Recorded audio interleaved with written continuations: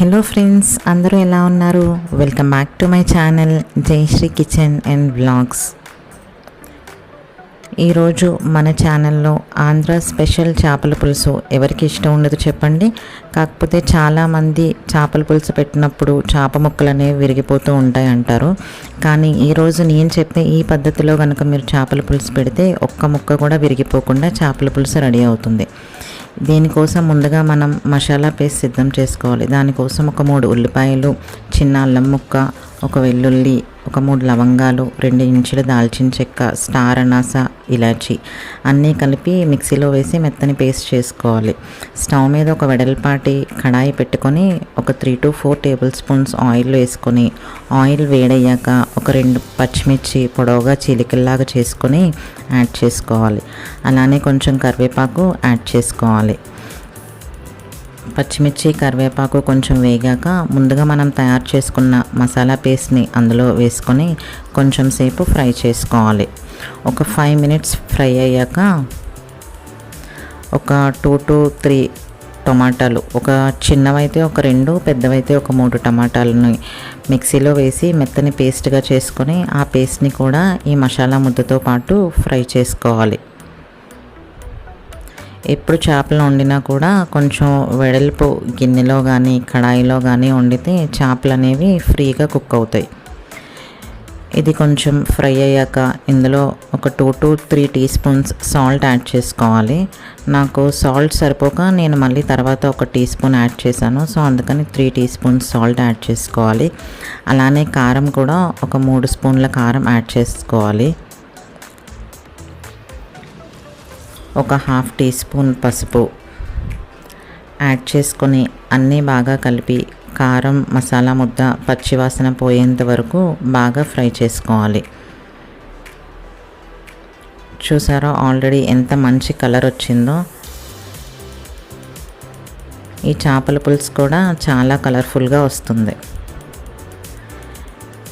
ఈ మసాలా ముద్దని ఆయిల్ అంతా సెపరేట్ అయ్యేంత వరకు బాగా ఫ్రై చేసుకోవాలి.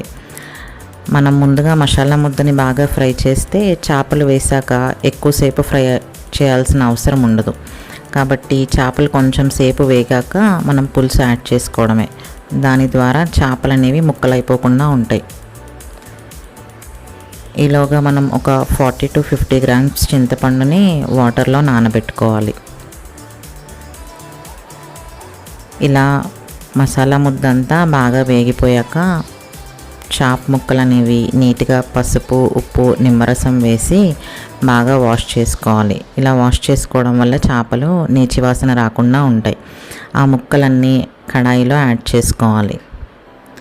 ముక్కలు కూడా ఎప్పుడు మరీ చిన్నవిగా కాకుండా మీడియం సైజ్ ముక్కలుగా కుట్టించుకుంటే చేపలు బాగా కుక్ అవుతాయి. అలానే విరిగిపోకుండా ఉంటాయి. చేపలు వేసాక ఒకసారి గరిటెతో మొత్తం అంతా బాగా మిక్స్ చేసుకోవాలి. ఆ మసాలా ముద్ద అంతా కూడా చేపలకి బాగా పట్టించుకోవాలి. చేపలు వేసినప్పుడు మాత్రమే గరిటెతో కలపాలి. మళ్ళీ మధ్య మధ్యలో గరిటెతో కలిపితే చేపలు ముక్కలు అయిపోతాయి. కాబట్టి ఫస్ట్ వేసినప్పుడే బాగా కలుపుకొని ఆ తర్వాత నుంచి మధ్య మధ్యలో ఇలా కడాయి హ్యాండిల్స్ పట్టుకొని చేప ముక్కలు అనేవి ఫ్లిప్ చేసుకోవాలి. ఇలా ఒకవైపు ఫ్లిప్ చేసుకున్నాక మళ్ళీ కడాయి తిప్పి ఇంకొక వైపు కూడా చేప ముక్కల్ని ఫ్లిప్ చేసుకోవాలి. ఇలా ఫ్లిప్ చేసుకోవటం వల్ల చేపలు అనేవి 2 వైపులా కూడా బాగా వేగుతుంది. ఇలా ఒక 5 minutes వేగాక చేపల నుంచి ఆయిల్ సెపరేట్ అవుతున్నప్పుడు ముందుగా మనం నానబెట్టుకున్న చింతపండు నుంచి చింతపండు రసం ఫిల్టర్ చేసి యాడ్ చేసుకోవాలి. చేపలు మునిగేంత వరకు చింతపండు రసం యాడ్ చేసుకోవాలి. చింతపండు రసం యాడ్ చేసుకున్నాక ఒకసారి కడాయిని ఇలా రౌండ్గా తిప్పితే అడుగున ఉన్న మసాలా ముద్ద కూడా చింతపండు రసంలో కలిసి బాగా మిక్స్ అవుతుంది. లేకపోతే అడుగున ఉన్న మసాలా ముద్ద అడుగు పట్టేస్తుంది.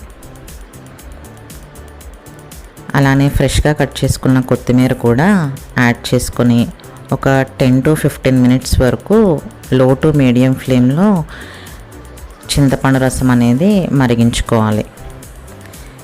ఇలా పులుసంతా బాగా మరిగిపోయాక ఆయిల్ అనేది పైకి తేలుతుంది కదా. ఇలా మనకి ఆయిల్ తేలుతుందంటే పులుసు రెడీ అయిపోయినట్టే. ఇప్పుడు మనం గరిటెతో పులుసు చిక్కదనం చూసుకొని స్టవ్ ఆఫ్ చేసుకోవటమే. అంతే, ఎంతో ఎంతో టేస్టీగా ఉండే చేపల పులుసు అనేది రెడీ అయిపోయింది. దీన్ని నేను ఒక సర్వింగ్ బౌల్లోకి తీసుకున్నాను. ఇప్పుడు చూడండి, ఒక్క ముక్క కూడా విరిగిపోకుండా ఎంత బాగా చేపల పులుసు అనేది రెడీ అయిందో. ఇలా గనుక ఈ టిప్స్ పాటిస్తూ మీరు కూడా చేపల పులుసు పెడితే మీ ఇంట్లో వారందరూ ఎంతో మెచ్చుకుంటారు.